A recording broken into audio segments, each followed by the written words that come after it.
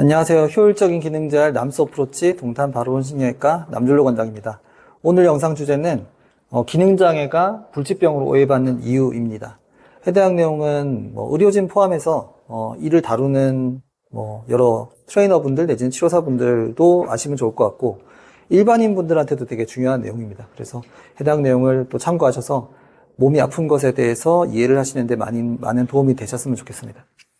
일단 기능장애라고 하는 거는 근육적인 부분에 대해서 협응관계가 깨지고 그리고 몸에 대한 여러 가지 몸의 쓰임에 대해서 문제가 발생한 걸 이야기를 하는 겁니다. 그래서 기능장애가 발생하면 어떤 치료를 하냐면 이 기능을 회복시키는 형태의 치료를 하거든요. 그래서 저희는 이걸 이제 재활이라고 불러요. 네. 그런데 이제 기능장애의 전형적인 특징이 뭐냐면 영상 검사에서 이상이 발견되지 않습니다. 그러니까 기능장애가 오래되면 이제서야 스트레스가 조직에 가해지면서 여러 가지 구조적 변형이 생기기 때문에 구조적 변형이 생기기 전에는 검사에도 큰 문제가 발생하지 않는다. 이렇게 이해를 해주시면 될 것 같아요. 그래서 기능장애 발생하면 보통 진단을 어떻게 내리냐면 병원에 가시면은 신경성이다. 내지는 불치병이다. 이런 식으로 진단이 내려져요. 못 고친다고 알고 있어요. 왜냐하면 검사상에서 이상이 안 나오기 때문에 고칠 게 없다라고 이야기를 하는 게 일반적입니다.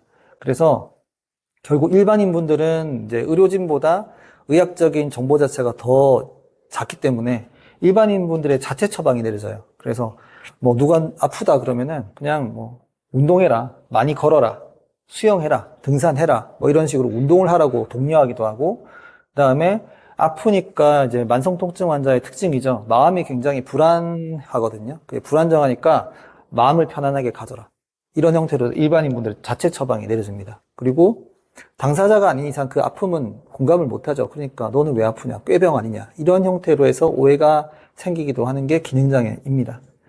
그리고 이게 결국 너무 아프니까 일상생활이 안 되잖아요. 결국에는 검사에도 안 나오니까 결과적으로는 이제 샤머니즘으로 갑니다. 미신으로 가고요. 굿을 하기도 하고 부적을 사기도 하고 무당을 찾아가기도 하고 이런 형태로도 진행이 되는 경우도 종종 있습니다. 그런데 결과적으로는 이게 다 맞냐? 안 보이는 이상일 뿐이지 이상이 없진 않거든요. 있습니다. 있는데 이제 보는 방식이 틀린 거죠.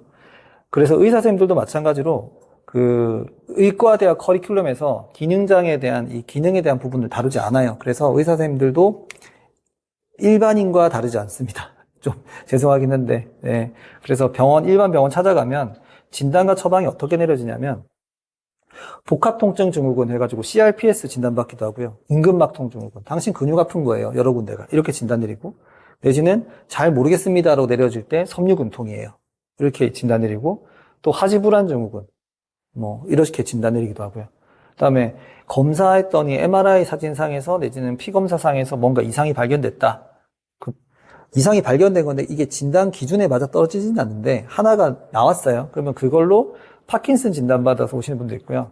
내지는 강직성 척추염 진단받아서 오신 분도 있어요.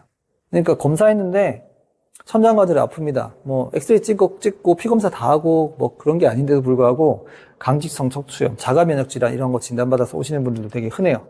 그 다음에 골반기저근 증상에 의해서 생기는 소변 증상 있죠.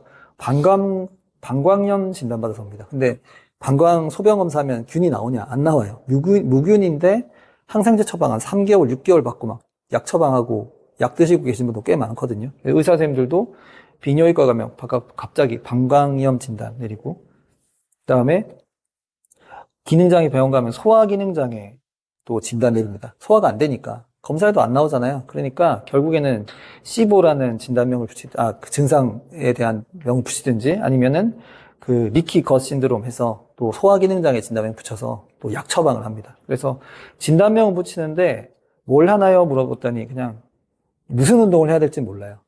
왜냐하면 기능적인 부분을 다루지 않으니까 결과적으로는 그 근골격계 기능이 이렇게 영향을 미친다는 사실을 모르시기 때문에 그냥 일반적으로 운동하세요. 무슨 운동은 할지는 모르겠고 운동하세요. 내지는 이와 관련된 통증약이라든지 내지는 기능의학에 대한 여러 가지 약을 평생 드세요. 라고 처방을 내리는 거죠. 그럼 그걸 또 드시거든요. 드시다가 약에 대한 호전도는 조금 있겠죠. 근데 이게 약을 끊을 수 있냐 물어보면 또 그렇지는 않습니다. 근본적인 문제가 해결되지 않기 때문에 그렇겠죠. 그래서 그러면 기능장애는 진단 어떻게 하냐? 이게 굉장히 중요한 부분인데, 기능장애에 대한 진단평가는 결국 운동으로 합니다. 예, 이학적 검사거든요. 근데 이게 운동이라는 게 일반적인 그 동작 따라하기 운동이 아닌 게 문제가 되는 거예요. 결국 운동이라고 하는 게 예시입니다. 호흡 기능장애나 골반 저근에 대한 여러 가지 기능장애, 내지는 뭐 고관절 안정성 때문에 생기는 심부등근의 과사용에 대한 기능 문제가 있어요. 이런 문제가 있는 분들은 운동을 어떤 걸 하냐면 아무 운동하는 게 아니고 국소 코어랑 국소 고관절 안정화 근육에 대한 협응 세팅을 만드는 형태로 운동을 시켜요. 그게 뭐냐면 IAP 테스트입니다. 네, 국소 코어 관점에서 복강내압 조절 테스트라거든요. 세팅을 하고, 그럼 세팅했을 때 초기 부하 찾았고 최대 부하 찾았고 유지 시간 얼마 되지? 이게 일종의 테스트거든요.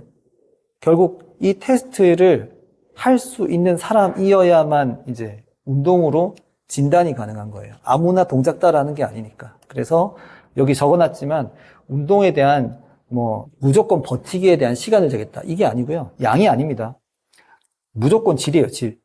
운동 세팅이라는 거를 개별적으로 할 수 있는 사람이어야 되고, 그걸 했을 때 그 시간과 부하를 이제 측정을 하겠죠. 그러면 질에 대한 평가를 하는 거예요.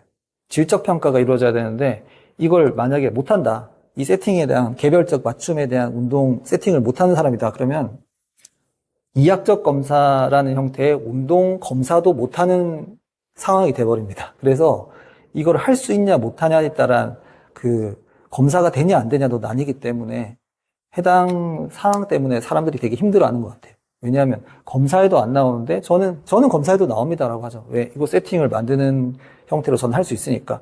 그럼 그걸 했더니 당신 유지 시간 이거밖에 안 되네요. 그러면은 결국에는 다리 두 개도 못 들어서 벌벌 떠시는 분들은 당연히 이 기능에 대한 부분이 약할 수밖에 없겠죠. 그렇게 진단을 하는 겁니다. 그래서 모든 기능 장애에 대한 재활 기본이죠. 테스트 이꼴 트레이닝이에요. 테스트를 하고 이 테스트 상에서 비정상으로 넘어가는 걸 막겠죠. 그럼 그거를 정상 패턴으로 딱딱딱 만들면 그게 훈련입니다. 그래서 운동 지도 능력이 엄청 중요한 거고, 이 운동 지도 능력에 따라서 기능 장애에 대한 이학적 검사도 할 수 있다 없다로 나뉜다고 보시면 될 것 같아요. 그러니까 그 운동 지도 능력에 대한 부분은 동작 따라하기가 아니라서 힘든 겁니다. 그래서 사람을 타고요. 그 다음에 그 사람의 능력에 따라서 그 이상이 있다 없다도 판단할 수 있는 거고, 결국 이게 그 개입되는 요소가 굉장히 많아요. 사람의 수행자마다 다른 기능 상태를 가지기 때문에 세팅하는 것도 능력이거든요. 그러니까 중재자의 역량이 엄청 중요하다라고 이해를 해주시면 될 것 같습니다. 그래서 해당 부분들 때문에 기능장애 발생하면 검사에도 안 나옵니다. 안 나와요. 근데 나오거든요. 무슨 검사하면 나오냐면 운동하면 나와요. 근데 운동도 그냥 단순한 운동 따라하기가 아니고요. 개별적인 형태에 따라서 그에 맞는 부하 설정이나 세팅 방식들이 다 있어요. 그러면 그걸 이 사람한테 제공을 했더니, 아, 약하네. 유지 시간이 꽤 괜찮네. 이런 형태의 평가가 가능해지는 겁니다. 그래서 이 부분이 아직까지는 여러 보편적인 형태로 알려진 것들이 아니에요. 그래서 힘들게끔 사람들이 여러 군데 찾아다니는 것도 맞긴 하거든요. 그런데 치료는 또 됩니다. 네. 저희가 치료하고 있으니까. 그래서 낫고 나면, 아, 내가 이것 때문에 힘들었네. 라고 이제 아시게 되는데, 현재는 기능장애에 대해서 다루는 병원이 그렇게 많지 않아요. 많지 않다 보니까, 근골격계에 대한 여러 가지 기능 평가나 이런 것들을 하는 것도, 좀 아직까지는 보편화되어 있지 않은 것 같습니다. 그래서 해당 부분들 때문에 환자분들도 갈 곳이 없어서 뭐 여기저기 돌아다니시고 하는 것도 맞긴 한데, 이 내용을 그래도 아시면 그래도 다른 사람을 설득을 할 수 있지는 않을까 이렇게 생각을 하기 때문에 이 내용도 숙지를 하시고 그 다음에 주변에 많이 알려주시면 굉장히 많은 도움이 될 것 같습니다. 모두가 건강하셨으면 좋겠습니다. 이상으로 동탄 바로원신경외과 남준록 원장이었습니다. 감사합니다.